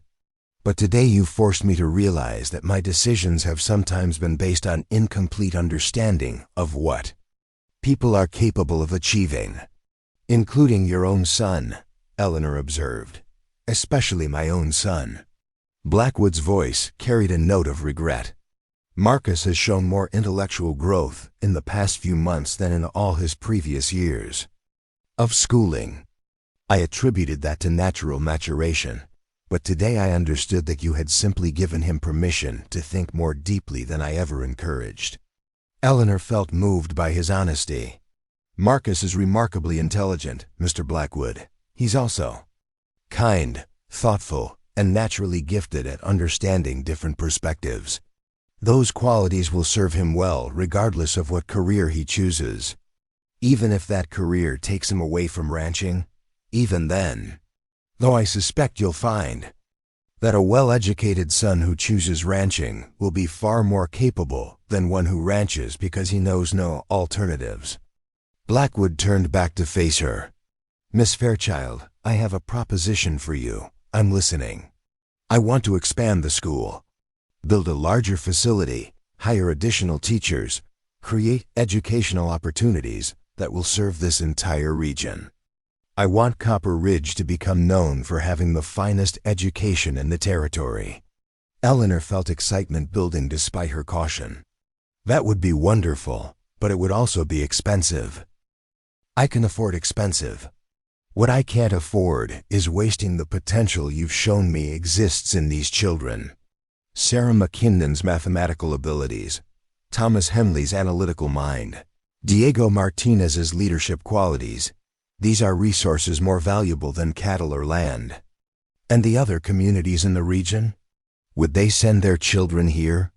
If we prove that our education produces superior results, they'll compete for the opportunity. Parents want better lives for their children, Miss Fairchild. They simply need to believe that better lives are actually possible.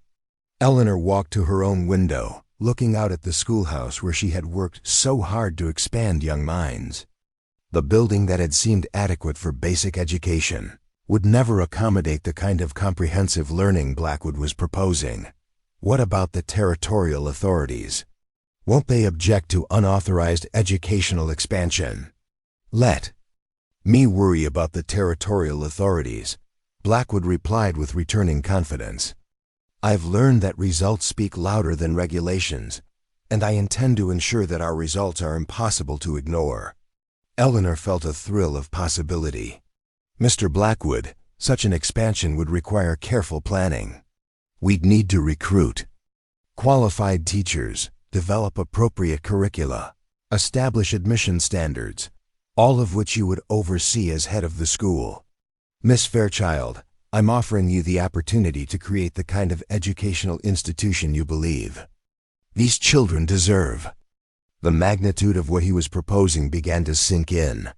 Eleanor had come to Copper Ridge hoping to teach 18 students without interference. Now she was being offered the chance to establish a school that could influence the educational development of an entire region. I would need complete authority over educational decisions, she said carefully. Granted. And protection from political interference, regardless of how unconventional our methods might seem. You'll have it.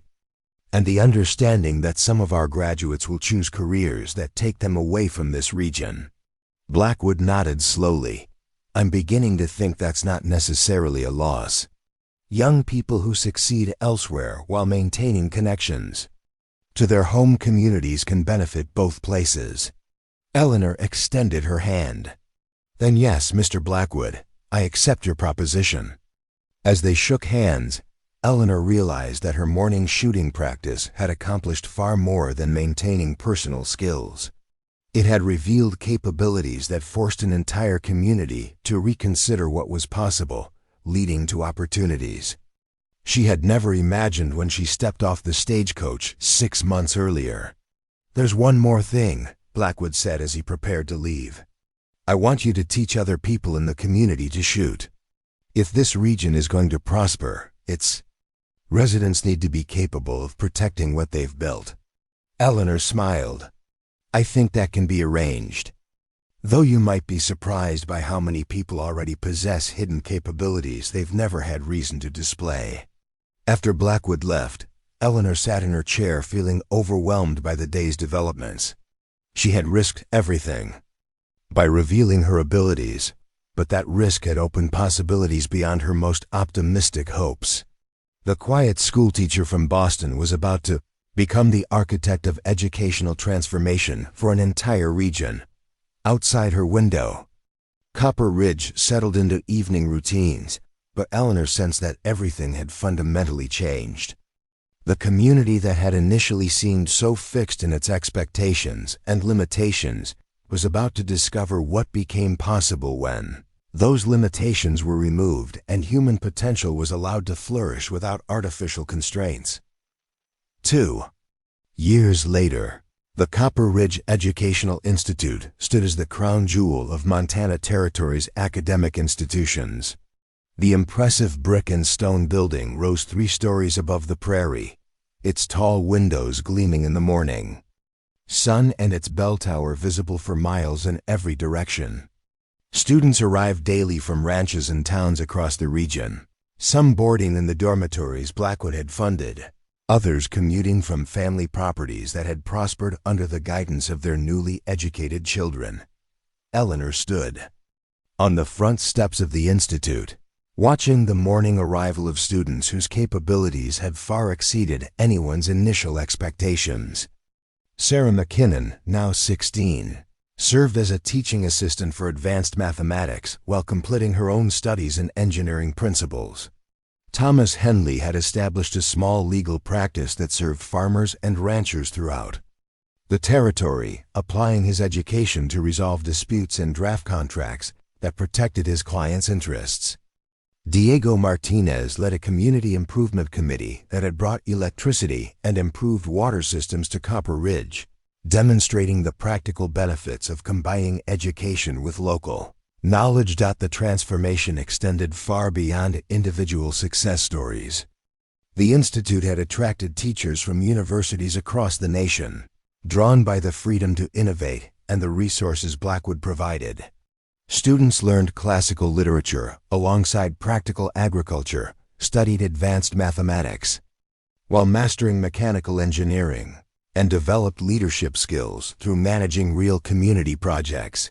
Most remarkably, the graduates consistently chose to remain in or return to the region, using their education to improve rather than abandon their home communities. They established businesses, improved agricultural techniques, created cultural organizations, and generally elevated the quality of life throughout the territory in ways that vindicated Eleanor's original faith in education's practical value. Superintendent Caldwell had become an unexpected ally after witnessing the Institute's results firsthand. His official reports to territorial authorities praised the innovative approaches being developed in Copper Ridge, leading to policy changes that gave other frontier schools greater flexibility in curriculum development. He visited regularly, bringing education officials from other territories to observe methods that had revolutionized rural schooling. "Miss Fairchild, or should I say Director Fairchild," came a familiar voice from behind her. Eleanor turned to see Marcus Blackwood approaching, now 18 and preparing to enter Harvard University with the understanding that he would return to manage his father's enterprises with enhanced business and legal knowledge. The tentative boy who had once delivered his father's restrictive messages had grown into a confident young man whose education had prepared him for leadership rather than mere inheritance. "Marcus, you know I prefer Eleanor. How are your preparations?" "Going? Better than expected, thanks to the foundation you provided here. The admissions committee was particularly impressed by my thesis on sustainable ranching practices and regional economic development. Eleanor smiled, remembering the shy student who had once worried about expressing opinions that might contradict his father's views. Your father must be proud. He is, though I think he's also a bit amazed by how wrong his initial assumptions about education turned out to be. Marcus paused, looking out across the bustling campus. Eleanor, I wanted to thank you personally before I leave for Boston. Thank me? You earned everything you've achieved, Marcus. I earned it because you created an environment where earning it was possible. When you first arrived, I thought school was something to endure until I could take my place in the ranching business. You taught me that education was something that would make me better at whatever I chose to do. Eleanor felt the deep satisfaction that came from seeing potential fulfilled. What you accomplished was always within you, Marcus. I simply helped you discover it. That's what I mean, he said earnestly. You helped all of us discover capabilities we didn't know we possessed. Sarah never imagined she could become an engineer. Thomas didn't dream of practicing law. I certainly never thought I'd be excited about studying business theory and international economics. Their conversation was interrupted by the arrival of a familiar figure. Cornelius Blackwood rode up to the institute on his black stallion, dismounting with the same fluid grace Eleanor remembered from their first encounter. But the man who approached them bore little resemblance to the rigid cattle baron who had tried to limit her teaching to basic skills. Eleanor, Marcus, he nodded to each of them with genuine warmth. I wanted to discuss the expansion plans before the territorial legislature meets next month. The Institute's success had attracted attention far beyond Montana territory. Delegations from other regions regularly visited to study their methods, and several states had requested assistance in establishing similar institutions.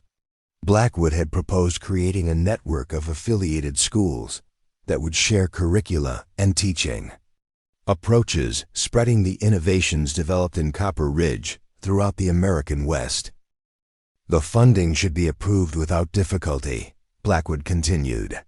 The results speak for themselves, and the economic benefits to participating communities are undeniable. Eleanor had learned that Blackwood's support for education had become as passionate as his earlier skepticism. He frequently spoke at territorial meetings about the practical advantages of comprehensive schooling, using economic arguments that convinced even the most conservative legislators. Have you given more thought to the teaching college proposal? She asked. I think it's essential. If we're going to expand this approach, we need to train teachers who understand these methods rather than hoping existing educators will adapt. Blackwood's expression grew thoughtful. I've been corresponding with several universities about establishing a formal teacher training program here. Eleanor felt excitement building.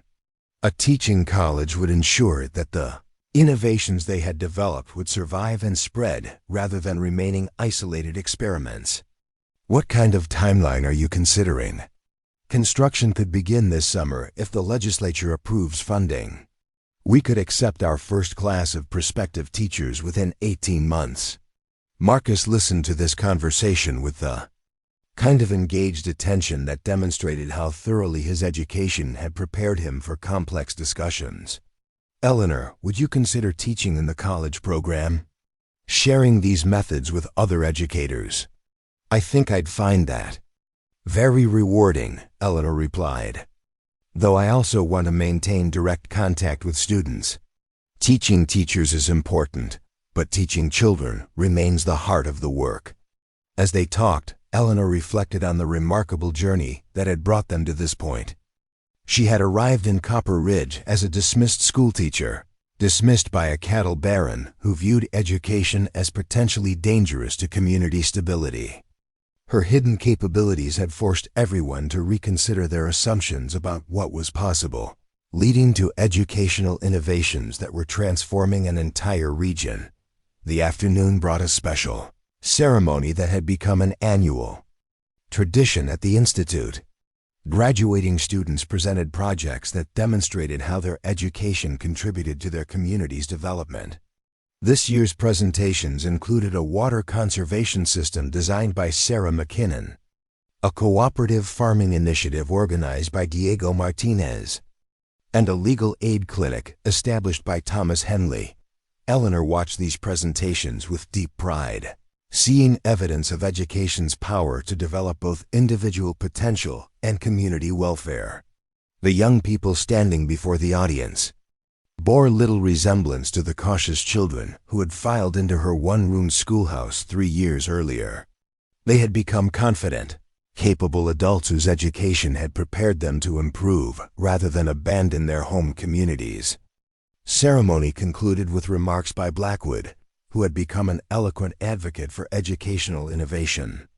3 years ago, he told the assembled audience, I believed that practical education meant limiting young people's exposure to ideas that might make them dissatisfied with frontier life.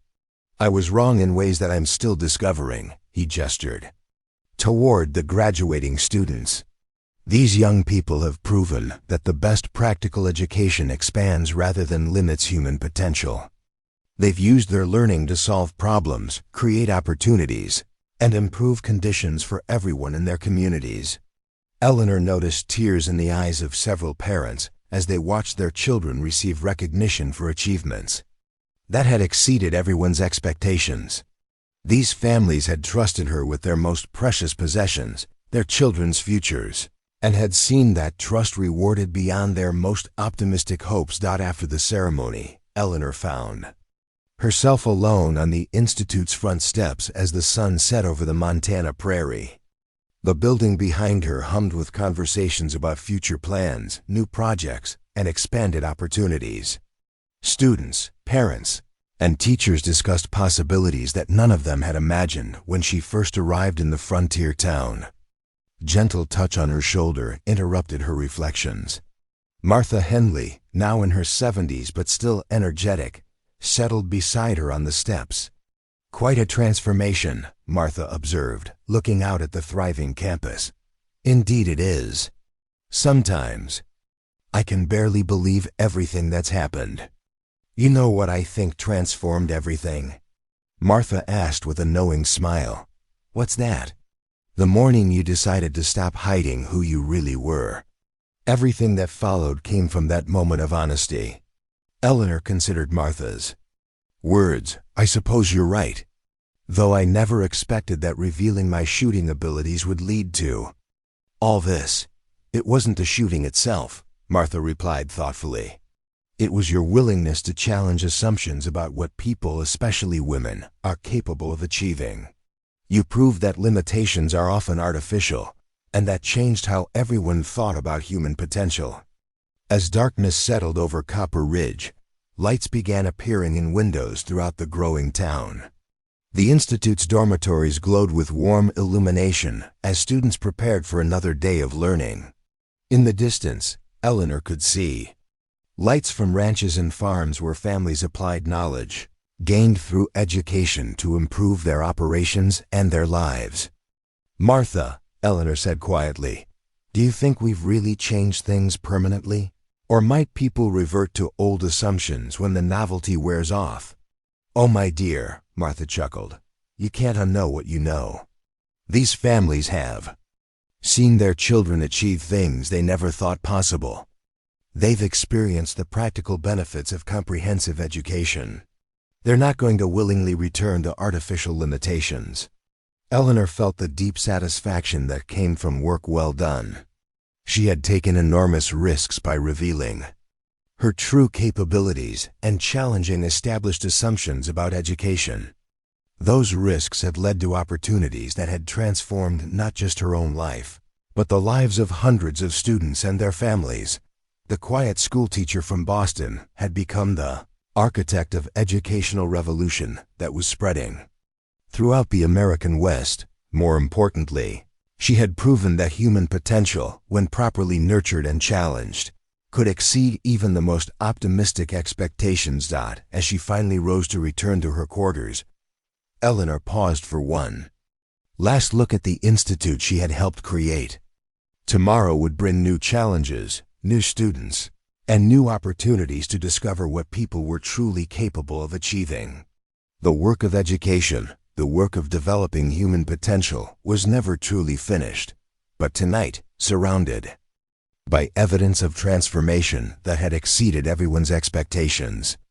Eleanor Fairchild felt the quiet satisfaction of knowing that she had proved something important about the power of education, the danger of artificial limitations, and the remarkable things that became possible when people were given the freedom to discover what they could truly accomplish.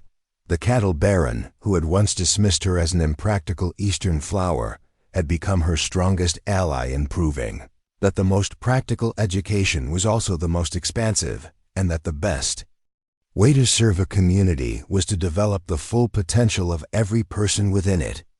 Up next, you've got 2 more standout stories right on your screen. If this one hits the mark, you won't want to pass these up. Just click and check them out. And don't forget to subscribe and turn on the notification bell so you don't miss any upload from us.